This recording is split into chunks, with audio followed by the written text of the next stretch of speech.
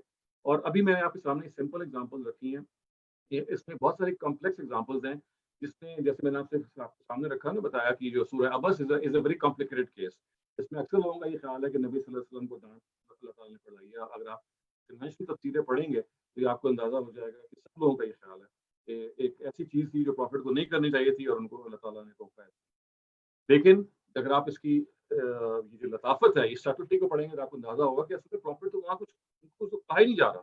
یہ بالکل ایسے ہی ہے کہ جیسے میں اپنے بیٹے کو سختی سے کہوں کہ دیکھو تم نے خبردار گھر سے باہر نکلنا, تم ان بیوقوفوں کے ساتھ جا رہے ہو, یہ جو یہ کرتے ہیں یہ کرتے ہیں, تمہیں اپنی پڑھائی کی طرف توجہ دینی ہے. اب دیکھیں میرا خطاب کا رخ اصل میں ان لوگوں پہ, میں اصل میں یہ بتانا چاہ رہا ہوں کہ وہ غلط ہیں, لیکن I am directing all my energy and all my conversation to my son and actually making the other people hear it out کہ بھائی یہ معاملہ اس طرح. تو یہ چیزیں ہیں جو آپ قرآن میں بہت پائیں گے. یہ ایک اسلوب ہے جو ہم نے آج اسٹڈی کیا. انشاءاللہ in coming sessions we'll be studying some of the more styles of the Quran which belong to its own particular genre. And now it's over to you, to the co-host. آپ سوال جو کرنے ہیں I am available inshallah for that. And if you have any difficulty in understanding, don't worry about it. You just need to go over that lesson maybe once again, study those examples, and you'll come to realize that you're actually getting something more out of a verse than just the statement of translation of that verse.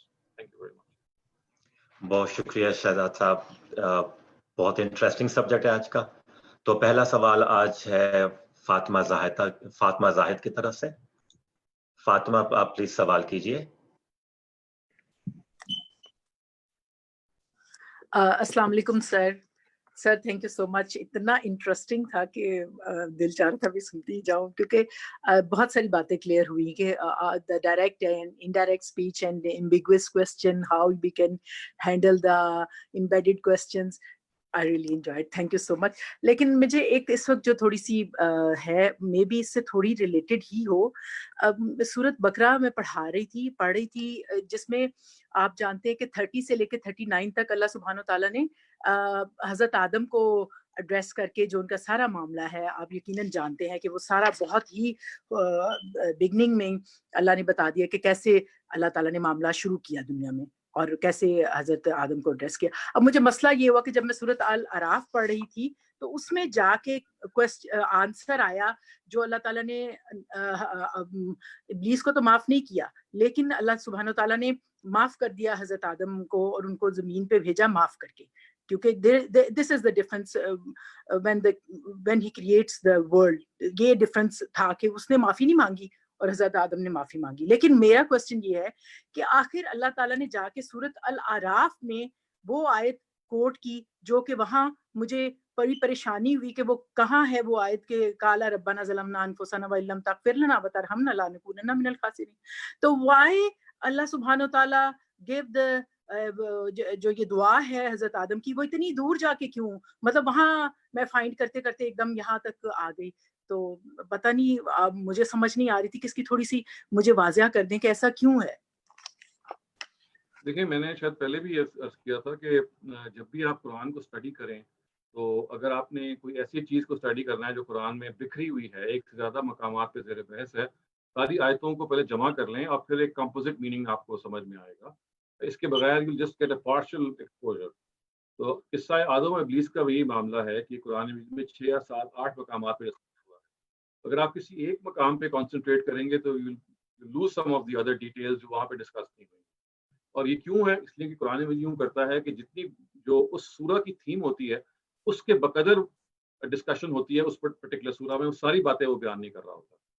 تو اس وجہ سے ہر سورہ کی theme کے لحاظ سے ٹکڑوں میں اتنی باتیں آ رہی ہوتی ہیں.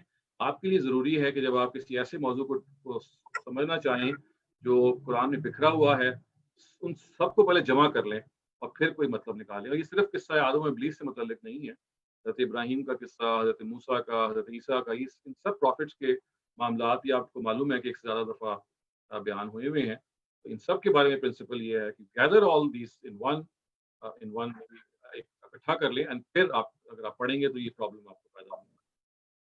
تو اللہ سبحانہ و تعالیٰ نے یہ طریقہ کیوں مطلب کیوں اڈاپٹ کیا ہے کہ اس طرح سے یہ میں نے کیوں؟ آپ کو بتایا نا کہ انہوں نے ہر سورہ کا ایک موضوع ہے نا، تو جس سورہ کے لحاظ سے وہ موضوع فٹ ہو رہا ہے اتنا حصہ اس میں ایکسپوز کر دیا. مثلا قصہ آدم و ابلیس کا وہ حصہ سورہ بقرہ میں بیان کیا جو سورہ بقرہ کی تھیم کے لحاظ سے تھا. یعنی وہ ظاہر ہے کہ یہود پہ امام حجت کر رہی تھی، وہاں پہ یہود بہت سارے فیکٹ سے پہلے ہی باخبر تھے، اور کچھ چیزیں ایسی تھیں جس میں یہ بتایا گیا کہ اصل چیز ہے وہ استکبار ہے. یعنی جو یہودیوں کی اس زمانے کی مینٹیلٹی تھی وہ یہی استکبار تھا، یہی غرور تھا، جو شیطان کا کردار تھا آفرینش پہ، یعنی پیدائش کے موقع پہ وہی کردار انہوں نے اڈاپٹ کیا اس زمانے کے یہودیوں نے جب نبی صلی اللہ علیہ وسلم آئے، کہ وہ غرور اور استکبار میں مبتلا ہو گئے اور انہوں نے نہیں ایکسیپٹ کیا پروفٹ کو. تو اشارہ وہاں پہ بھی کر دیا کہ وہاں پہ بھی دیکھیے الفاظ یہ ہیں کہ ابا واستکبر وکان من الکافرین، یہ سورہ راف میں الفاظ ہیں. اس نے بتا دیا کہ یہ اصل چیز یہ تھی، استکبار تھی اور اس نے انکار کرنے والوں سے بنا. ہنٹ تو آپ کو وہاں پہ بھی مل گئی ہے، لیکن مکمل بات پھر کھولی ہے اور جگہوں پہ. سر تھینک یو سو مچ. اب مجھے سمجھ آ گئی کہ جہاں جہاں استکبار یوز ہوگا، کیونکہ وہ مدنی صورت ہے اور یہ مکی صورت ہے، there is a difference, but the important thing is استکبار. اور جو اب مجھے سمجھ آ گئی کہ بیسیکلی جہاں جہاں ضرورت پڑتی ہے تو وہاں اللہ سبحانہ و تعالیٰ مینشن کرتے ہیں کہ یہ حرکت کی گئی ہے پہلے بھی، تو تم اس سے باز آ جاؤ. تو جزاک اللہ. جو ضرورت ہوتی ہے وہ ایکچولی سورہ کی تھیم کے مطابق ہوتی ہے، یعنی جتنی تھیم تقاضا کر رہی ہوتی ہے اتنا حصہ جو ہے وہ اس آیت میں آ جاتا ہے یا سورہ میں آ جاتا ہے. جی تھینک یو سو مچ، جزاک اللہ سر. السلام علیکم. بہت شکریہ. اب دوسرا سوال ہماری طرف سے آئے گا سہیل انور صاحب کا. وہ کسی وجہ سے ہینڈ ریز نہیں کر سکے تو ان کے لیے میں انٹروین کر رہا ہوں. سہیل انور صاحب پلیز سوال کیجیے. Doctor Salim, thank you very much. Once again a very nice and in-depth lecture.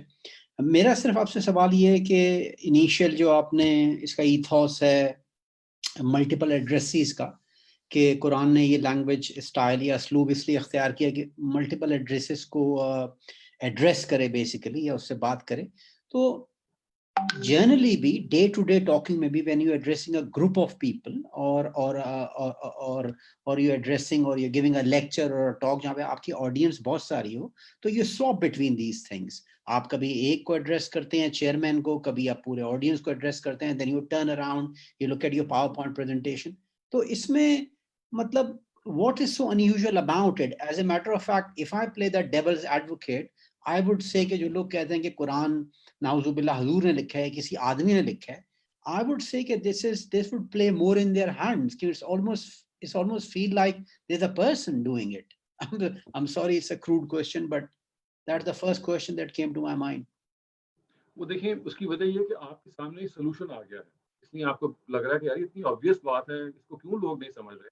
اگر آپ قرآن کی جو ہسٹری ہے نا، یعنی قرآن کو سمجھنے کی ہسٹری ہے، اس کو اگر آپ اس کا مطالعہ کریں گے تو آپ کو اندازہ ہوگا کہ اس اسلوب پہ اتنا پردہ پڑا رہا، اتنا حجاب پڑا رہا کہ یہ یعنی اس پہ کبھی موضوع نہیں بنا ہمارے ہاں اسکالرس کا کہ یہ بتایا جائے کہ بھی قرآن مجید اس مخاطبت کی لینگویج میں ہے، نہ یہ کوئی نثر ہے معروف معنوں میں، نہ کوئی نظم ہے. اگرچہ اس کے اندر نثر و نظم کے فیچرز پائے جاتے ہیں.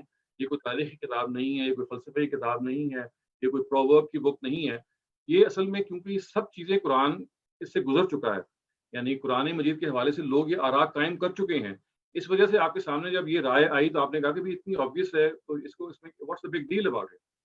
Of course there is no big deal about it. اگر یہ ہسٹری میں یہ پردے نہ پڑے ہوتے اور اس طرح سے اس کو مس ریپرزینٹ نہ کیا گیا ہوتا، یہ بات اتنی آبویس ہے کہ شاید اس میں دو رائے نہیں ہو سکتی. لیکن بعض دفعہ جیسے ہم کہتے ہیں نا کہ پیش پا افتادہ حقیقتیں بھی نگاہوں سے اوجھل ہو جاتی ہیں، یعنی obvious realities they are alluded to your eyes. ہوتا ہے نا کہ بالکل جیسے ہم کہتے ہیں چراغ سے اندھیرا، کہ آپ کی سچائی بالکل سامنے ہوتی ہے لیکن آپ دور دور تلاش کر رہے ہوتے ہیں.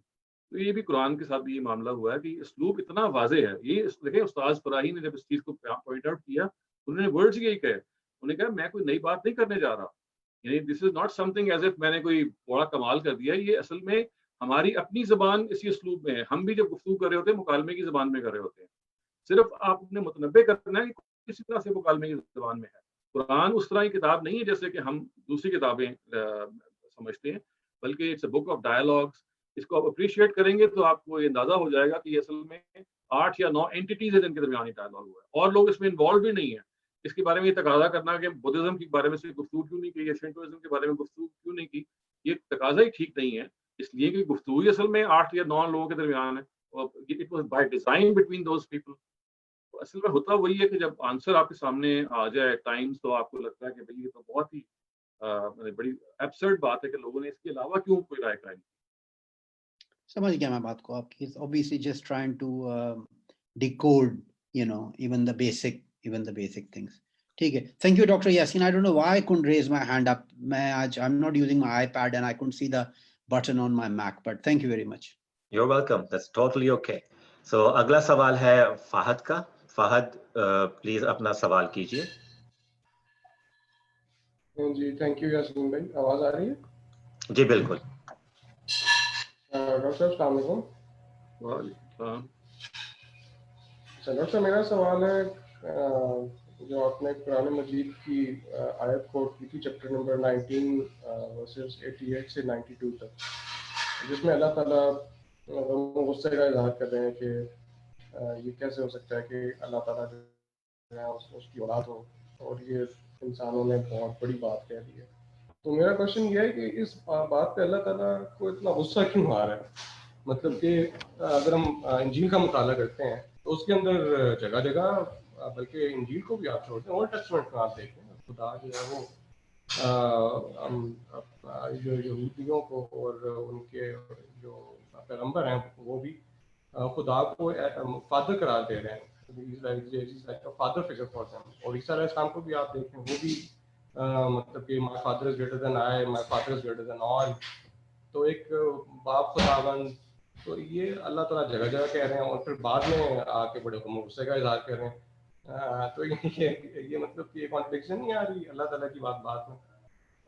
آپ اس کو ایسے بھی دیکھ سکتے ہیں کہ دیکھیے قرآن مجید کے اندر چونکہ شرک بہت زیادہ نمایاں طور پہ زیر بحث ہے, 2/3 قرآن مجید جو ہے وہ شرک ہی سے ریلیٹ کر رہا ہے. اور مشرکین جو اس وقت آپ کہہ لیجیے they were the rulers of Arabia, ان کے اندر توحید کا غلغلہ تھا جو برپا کرنا تھا, اس کو چینج کرنا تھا. اللہ تعالیٰ نے جگہ جگہ یہ بیان کیا جو شرک ہے اس کو اللہ تعالیٰ معاف نہیں کریں گے, باقی ہر چیز معاف کر دیں گے, اور غصہ بھی ان کو شرک ہی پہ آتا ہے. لیکن میں آپ کو اس کی مثال دے سکتا ہوں, بہت ساری اولڈ ٹیسٹمنٹ کی ورسز ہیں جس کے اندر یہ غصہ آپ قرآن میں جیسے قرآن میں دیکھا ہے, آپ کتاب جو استثناء ہے اس میں آپ دیکھ سکتے ہیں, آپ جینیسس میں دیکھ سکتے ہیں کہ جہاں پہ اللہ تعالیٰ جو ہیں اسی غصے کا اظہار کریں کہ تم اگر میری طرح کی مورتیں بناؤ گے تو تمہارے ساتھ میں یہ اشر کروں گا, یہ کروں گا. یہ سارے الفاظ موجود ہیں. بلکہ جو قدیم صحیفے ہیں اس میں جو انگریزی کے بعض تراجم ہیں اس کے اندر خدا کو ہی کہا گیا God is a jealous God, یعنی وہ جیلس اس لیے ہوتا ہے کہ اس کے ساتھ آپ کیوں ایسوسیٹ کرتے ہیں. لیکن استاد فراہی نے اس کو بڑے عمدہ طریقے سے بتایا ہے. انہوں نے کہا دیکھیے اگر آپ عبرانی میں پڑھیں گے, یہ جیلس کا ورڈ اصل میں انہوں نے غلط مفہوم میں استعمال کر دیا. اس کا صحیح ترجمہ یہ ہوگا کہ خداوند تیرا خدا غیور خدا ہے, غیرت والا خدا ہے. اس کو انہوں نے غیور کو جیلسی کے ساتھ ریلیٹ کر دیا. کیونکہ ظاہر ہے کہ آپ جب کہتے ہیں کہ تم میرے پارٹنرز کیوں بنا رہے ہو, تو لوگ یہ سمجھتے ہیں اچھا یہ شاید اپنے پارٹنر سے جیلس ہے اس وجہ سے اللہ تعالیٰ ناراض ہو رہے ہیں, جبکہ یہ مقصد نہیں ہے.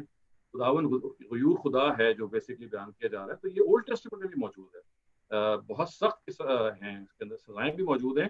اور وہاں پہ حضرت موسیٰ نے جو سزائیں دیں, اسی طریقے سے اس سے پہلے جو آپ دیکھیں گے کہ جب فلسطین کے معاملے میں جو اس کے آس پاس کے جو علاقے ہیں ان کو خالی کرایا گیا, ان کو کہا گیا کہ آپ ان علاقوں کو خالی کریں, ان مورتوں کو تباہ کریں, کیونکہ ہم یہ توحید کا مرکز جو ہے بنا رہے ہیں, اس میں خدا نہیں برداشت کرے گا اس شعر کو. تو the Old Testament has its own share of these harsh verses. انجیل جو ہے دیکھیے اس کو آپ ذہن میں رکھیے, وہ کوئی مرتب کتاب نہیں ہے. وہ بنیادی طور پہ حضرت مسیح کی جو بایوگرافی ہے اس کو کچھ لوگوں نے بیان کیا ہوا ہے اور ان کی طرف سے بات منسوخ کی گئی ہے. اور انجیل میں بھی آپ کو 1-2 جگہ پہ یہ بات ملے گا کہ اللہ تعالیٰ کے بارے میں پازیٹیو اظہار بہت زیادہ ہے. جب یہ کہا گیا نا کہ there is only one commandment and that is to love your Lord with all your heart, with all your soul and with all your mind. یعنی اس کو اسی چیز کو مثبت طور پہ بیان کر دیا گیا کہ آپ نے ایک خدا کو ماننا ہے, and that is the biggest commandment. صرف اس میں فرق یہ کر دیا گیا کہ اس کو مثبت انداز میں بیان کیا. تو اور پھر میں نے جیسے عرض کیا کہ بیکاز انجیل ہمارے پاس مرتب شکل میں موجود نہیں ہے, وہ ان کی بایوگرافیز ہیں جو مختلف لوگوں نے لکھی ہیں ہمارے سامنے پیش کی, اس لیے ہم اس کے بارے میں کامنٹ نہیں کر سکتے. قرآن کا صحیح موازنہ اگر آپ کر سکتے ہیں تو وہ تورات کے ساتھ کر سکتے ہیں جو اولڈ ٹیسٹمنٹ ہے, اور دونوں کے اندر شرک کی جو کنڈیمنیشن ہے وہ I would say کہ بہت برابر کی جگہ پہ موجود ہے.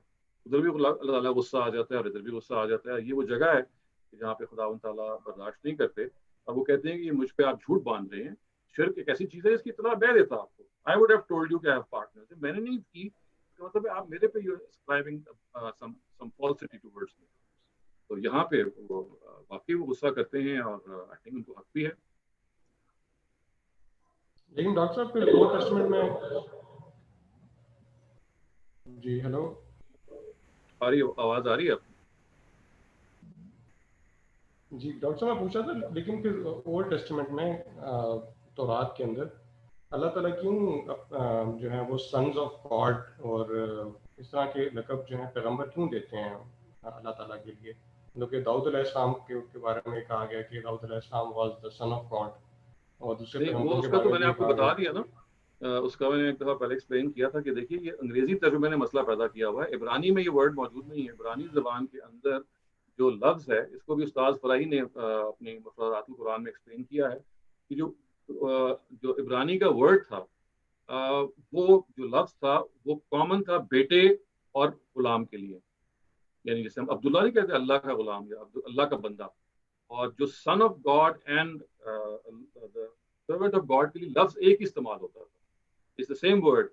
تو یہاں سے یہ مسئلہ پیدا ہوا. اسی طرح سے خدا کے لیے جو ورڈ استعمال ہوتا نا الوہیم جو زبان میں تھا خدا کے لیے جو ورڈ استعمال ہوتا تھا وہ باپ کے لیے بھی استعمال ہوتا تھا اور خدا کے لیے بھی استعمال ہوتا تھا. It was common. جیسے بیٹے اور غلام کے لیے ورڈ واز کامن بالکل ایسے ہی باپ اور خدا کے لیے ورڈ کامن تھا. تو یہ مسئلہ ٹرانسلیٹرز کا ہے اور یہ بات بہت سارے لوگ بیان کرتے ہیں. اگر مزید تحقیق کی ضرورت ہے اس کے جو پال تھے وہ ہی was not conversing with Hebrew. یعنی وہ گریک تو جانتے تھے لیکن وہ عبرانی زبان نہیں جانتے تھے. جب انہوں نے ترجمہ کیا اس کے بہت سارے فریزز کا یا ترجمے کی کنوٹیشن بیان کی اپنے زمانے میں جو گریک لینگویج میں تو اس میں جو الفاظ خدا بیٹے کے لیے اصل میں نہیں آئے تھے بلکہ عبد کے لیے آئے تھے بندے کے لیے آئے تھے وہ وہاں ترجمہ انہوں نے بیٹا کر دیا. اور جو اصل میں آئے تھے خدا کے لیے یعنی گاڈ کے لیے اللہ تعالیٰ کو بیان کرنے کے لیے وہاں سے ترجمہ انہوں نے فادر کر دیا. تو اس سے وہ ساری ڈائکاٹمی پیدا ہوئی ہے جو اس وقت ہمارے مسیحی علم الکلام میں موجود ہے. تو یہ وجہ بنی ہے. ادروائز یہ سن آف گاڈ ہے یہ تو آپ ایک آرڈنری انگریزی ٹرانسلیشن دیکھیں. ریمبر انگریزی ٹرانسلیشن ایک بہت ناقص ٹرانسلیشن ہے. اتنی ناقص سے مراد یہ 4-5 واسطوں سے آپ کے پاس آئی ہے. یعنی پہلے گریک میں ٹرانسلیٹ ہوئی لکھی گئی پھر وہاں سے لیٹن میں گئی لیٹن سے پھر یہ ہوتی ہوئی بعض اور زبانوں کے بعد انگریزی میں آئی ہے اور پھر انگریزی کے اندر اس کے اندر بہت ساری ویریشن پیدا ہوئی ہیں. اگر آپ پوری ببلیکل ٹرانسلیشن ہسٹری سے واقف ہوں گے تو آپ کو یہ پتہ چل جائے گا یہ سن آف گاڈ کا جو ورڈ ہے it's not meant for son of God. یہ عبداللہ کے بالکل مترادف ہے. اللہ کا بندہ. داؤد کے بارے میں کہا گیا کہ اللہ کا بندہ ہے. فرشتوں کو کہا گیا کہ اللہ کے بیٹے ہیں. یہ بائبل میں الفاظ آتے ہیں لیکن وہاں کیا مراد ہے یہ اللہ تعالیٰ کے حضور حاضر ہوتے ہیں یہ اس کے بندے ہیں. Not that they are sons. Thank you جی. بہت شکریہ. اگلا سوال ہے احمد شعیب کا. احمد پلیز سوال کیجیے. جی السلام علیکم سر. میں نے پوچھنا تھا کہ آپ نے کہا تھا کہ یہ جو ایڈریسز ہوتے ہیں کبھی انڈائریکٹ کبھی ڈائریکٹ کبھی in the same thing کوئی دو ایڈریسز in the مفہوم کے کبھی like let's say in سورہ فجر جب وہ middle والی آیت میں لکھا ہوا ہے کہ when انسان is tested and his risk is given more than he says that oh my Lord has favored me کہ یہ جو بات ہے یا تو یہ لگتی ہے کہ قریش کے لیے یہ اسپیسیفک ہے لیکن ہم یہ بھی کہہ سکتے ہیں کہ is it also addressing the whole of humanity؟ جی بالکل ایسا ہوتا ہے. یعنی at times addresses are specific but the rule derived is generally. ایسی ہے جیسے میں نے ابھی ہم نے ایک وہ شپ والی مثال لی قرآن میں پڑھی آیت پڑھی وہاں پہ مخاطب تھے کہ بھئی جب آپ کشتی میں ٹریول کر رہے ہوتے ہیں ایک دم سے اس کو اٹھایا اور انڈائریکٹ مفہوم میں یہ بتا دیا کہ صرف آپ کا معاملہ نہیں ہے یہ سب ان لوگوں کا معاملہ ہے کہ جب کشتی بالکل اسموتھ حالات میں ہوتی ہے تو خوش ہوتے ہیں. کشتی جب گھر جاتی ہے تو ایک دم سے ان کے ہاں یہ واویلا پیدا ہو جاتا ہے. تو بالکل ایسے ہی بعض ورسز ایسی ہیں جو ایڈریس تو قریشی کو کر رہی ہوتی ہیں لیکن ان سے جو پرنسپل نکل رہا ہوتا ہے it is meant for all mankind. اور یہ جو سورہ فجر کی آپ نے مثال دی یہ بھی ایسے ہی ہے کہ it's not always a confining thing. At times it's something which expands as well. But کبھی کبھی یہ بھی ہوتا ہے کہ ہم کہہ سکتے ہیں کہ سورہ فجر میں تھوڑا وہ part it addresses the whole of mankind, لیکن پھر اور پارٹس ہیں which doesn't address the whole, کہ like let's say بالکل ایسا ہوتا ہے. یعنی وہ ہوتا ہی ہے کہ تدریج ہو جاتی ہے کہ ایٹ ٹائم اس کا ایک وہ حصہ ہوتا ہے جو وہیں رہ جاتا ہے, جو کنفائنڈ ہوتا ہے, اور ایک حصہ ہوتا ہے جو ایکسپینڈ کر جاتا ہے. یہی وہ علم ہے. اگر آپ قرآن کو بار بار پڑھیں گے تو اس کی ڈیپتھ پہ جانے کے لیے آپ کے کام آئے گا, آپ کو سمجھ میں آئے گی کہ دیکھیے کس طرح سے قرآن مجید بعض دفعہ ایک جنرلائز بات کو بیان کر رہا ہوتا ہے, اسی کے اندر ایک چیز ہوتی ہے جو بالکل لوکلائز ہوتی ہے, یا it is confined to time and space. بہت شکریہ. بہت شکریہ احمد. اگلا سوال کریں گے راشد باجوہ. راشد صاحب گو اہیڈ. السلام علیکم ڈاکٹر صاحب, میرا سوال یہ ہے کہ understanding the Quran itself, اس کے متعلق do we need to be people who are non-Arabs and who don't have that kind of powers on Arabic, تو ان کے لیے یہ فراہی اپروچ ہے, یہ جو آپ کے لیکچرز ہیں, are they good enough, یا اس کے علاوہ بھی ان کو پھر بھی عربک سیکھنی ہے؟ اور دوسرا اس کے ساتھ ریلیٹڈ یہ ہے, بات کر رہے ہیں آپ عرب کی بات کر رہے ہیں, آپ نہیں, عربs کی بات کر, میں نان عربس کی بات کر رہا ہوں کہ جو کہ ہم جیسے لوگ ہیں جو کہ ان کے لیے اگر فراہی اپروچ اور جو آپ کے لیکچرز ہیں اگر یہ ان کو پڑھ لیا جائے تو اس سے انڈرسٹینڈنگ تو ہو جاتی ہے. تو کوشچن میرا یہ ہے کہ do you still need to start learning Arabic, number 1. Number 2, آپ نے کہیں کہا تھا, مجھے یاد پڑتا ہے, کہ قرآن کی عربک میں بھی ٹرانسلیشن ہوئی ہے, تو پھر کون سی عربک پڑھی جائے سر؟ Thank you. وہ تو دیکھیں عربک میں جو ٹرانسلیشن ہوئی ہے وہ تو عربس کے لیے ہے نا, وہ ظاہر ہے کہ دس ناٹ مینٹ فار اس. وہ عربی عبارت کی عربی ہی میں ٹرانسلیشن ہے, یعنی آپ سمجھے کلاسیکل عربک کو ماڈرن عربک میں ترجمہ کیا گیا ہے, تو that is meant for modern Arabic speaking people. لیکن یہ جہاں تک آپ کا یہ سوال کا تعلق ہے کہ فراہی اپروچ کو سمجھنے کے لیے عربی کتنی درکار ہے, تو ابھی تک تو جو میں کوشش کر رہا ہوں لیکچرز میں کہ آپ کو عربی کا ایکسپوجر اگر زیرو ہے, یعنی زیرو سے مطلب یہ آپ صرف نازلہ پڑھ سکتے ہیں, ترجمہ پڑھ سکتے ہیں, آپ کو دقت نہ ہو. لیکن obviously اگر آپ ڈیپتھ میں جا کے سمجھنا چاہتے ہیں تو if you have the tool of Arabic language with you, so that can really be very helpful. لیکن یہ جو لیکچرز ہیں یہ ان کے لیے اسینشیل نہیں ہے, ناٹ کہ یہ کوئی ریکوزٹ ہے. لیکن اسکالرلی سطح پہ مثال کے طور پہ اگر مجھے اسکالرس کو ٹیچ کرنا ہو کسی وقت, جو would like to find out directly from the Quran بہت ساری ڈیریویشنز کو, تو ان کے لیے ضرور ہے کہ ان کو عربک آنی چاہیے. جیسے ہم نے جب سیکھا اپنے اساتذہ سے تو یہ ہمارے لیے شرط تھی کہ اگر عربی نہیں آتی تو ہم کلاس میں نہیں بیٹھ سکتے. تو وہ ایڈوانس لیول کے لیے تو یہ ضروری ہے, لیکن for a general feel of the Farahi approach it is not needed. اور انگریزی میں, اردو میں, فارسی میں, کسی بھی زبان میں آپ اس چیز کو سمجھ سکتے ہیں, اپریشیٹ کر سکتے ہیں. ایسی ہے کہ جیسے آپ ایڈوانس لیول ہے اور ایک کامن مین کا لیول ہے, اس کے لحاظ سے یہ ضرورت فرق ہوتی ہے. تو اس کا مطلب یہ کہ اگر کوئی کامن مین ہے جو کہ ظاہر ہے وہ he is not going to be a professional kind of teacher اور somebody, یہ تو ہمیں سکھایا گیا ہے کہ جناب اگر آپ نے قرآن سیکھنا ہے تو پہلے عربی ضرور سیکھنی پڑے گی, آپ کے بغیر you can't even understand it. تو پھر یہ جو آج کل ماڈرن ڈے جو ڈسکشنز ہو رہی ہیں اور جو ٹیکنالوجی آ گئی ہے, تو are we then okay if a common man, people, most of us who are listening to you, is it good enough کہ ضرورت نہیں ہے کہ ہم ایک اتنا زیادہ وقت استعمال کریں اور اس کے اوپر بھی پھر وہ ایک traditional Arabic versus new Arabic اس کی طرف جائیں جو کہ ہے بھی ایک فارن لینگویج؟ نہیں, اس کے لیے دیکھیں آسان طریقے ہیں. وہ آپ نے اگر ٹریڈیشنل عربک جس کو ہم کلاسیکل عربک کہتے ہیں, اس کے لیے کورسز موجود ہیں. یہ جو میں نے آپ کو مثال دی تھی تو یہ صرف یہ تھی کہ قرآن کا ترجمہ نہ صرف اردو, انگریزی, فارسی میں ہوا ہے, بلکہ خود قرآن کا ترجمہ اس زبان میں دوبارہ ہوا ہے جس زبان میں وہ نازل ہوا ہے, صرف یہ بتانے کے لیے کہ قرآن کی جو کلاسیکی زبان ہے وہ آج کی جو جدید عربی زبان ہے اس سے مختلف تھی. تو یہ تو اصل میں اس تناظر کی بحث ہے. لیکن آپ نے اگر کلاسیکل عربک سیکھنی ہے تو اس کے لیے آج بھی سورسز موجود ہیں, اور ویسے میں نے کہا کہ اگر آپ کے اندر شوق ہے, ٹائم ہے, تو دیٹ از سم تھنگ جو انڈسپینسیبل ہو سکتی ہے, لیکن not everyone is always in a position to do that. تو ان کے لیے پھر یہ اسی وجہ سے یہ آپ کے لیے عام انڈرسٹینڈنگ کی لیکچرز کا اہتمام کیا جا رہا ہے کہ آپ کو اس اپروچ کے بارے میں کچھ آشنائی پیدا ہو جائے, اور اگر شوق پیدا ہو تو آپ اس کو اور ڈیپتھ جا کے سمجھ سکتے ہیں. لیکن یہ ریپلیس نہیں کر سکتے اس اسکالرلی انڈرسٹینڈنگ کو. وہ تو ایک ایڈوانس لیول کی ہے انڈرسٹینڈنگ. یہ ایک آپ کو صرف یہ بتا رہی ہے کہ قرآن کے ٹیکسٹ سے براہ راست جڑنے کا طریقہ کیا ہے, اور زیادہ پہلے سے زیادہ ترجمے کے ذریعے سے کیسے آپ قرآن کو اپریشیٹ کر سکتے ہیں. Thank you sir,